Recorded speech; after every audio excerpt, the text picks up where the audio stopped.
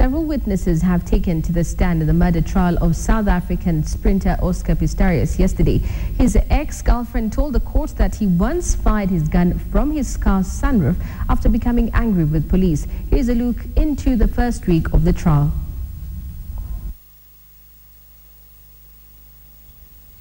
This is how the week began for Oscar Pistorius, greeted by a crush of cameras while walking into court. The South African Olympic sprinter, dubbed the Blade Runner, is facing charges for killing his model girlfriend Riva Steenkamp last Valentine's Day. Prosecutors claim Pistorius did it in the aftermath of a fight, shooting at her 4 times through a locked bathroom door. The charges could put the amputee and national figure behind bars for life. Do you understand the charges, Mr. Pistorius? I do, my lady. How do you plead? Not guilty, my lady. In a statement to the court, Pistorius admitted shooting Steenkamp through a locked bathroom door, but maintains it was an accident, believing that an intruder had entered his home, posing an imminent threat to the couple. The defense team says the investigation into the shooting was riddled with mistakes. The scene was contaminated, disturbed, and tampered with. But the prosecution says Pistorius knew he was shooting at his girlfriend, calling various neighbors who testified that they heard screams coming from his home that night as gunshots rang out. Just after 3, I woke up from a woman's terrible screams. It was very traumatic for me.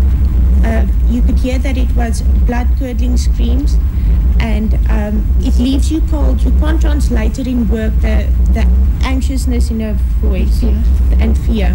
The intensity and the fear in her voice escalated, and it was clear that this person's life was in danger.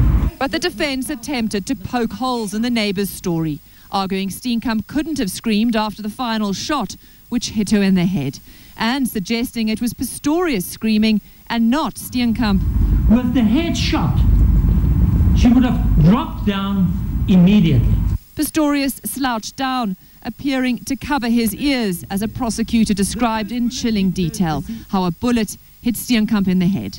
More graphic eyewitness testimony came from Pistorius' neighbor, Dr. Johan Stip, who was among the first to see Steenkamp after she was shot. And I remember the first thing he said when I got there was that he said, "I shot her.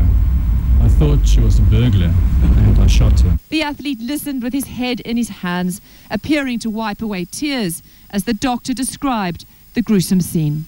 While I was trying to ascertain if she is revivable, Oscar was crying all the time. He prayed to God to please let her live. She must not die.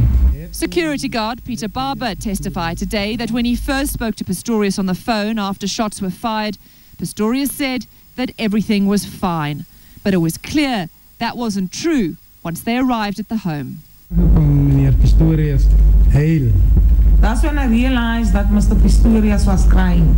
En vir Jacob gesê alles is nie in orde soos meneer Pistorius vir my sê nie. That's when I said to Jacobs, not everything was in order as Mr. Pistorius was telling me.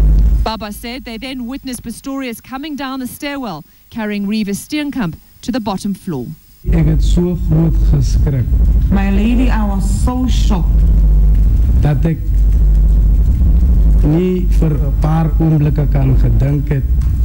That I couldn't even think for a few moments.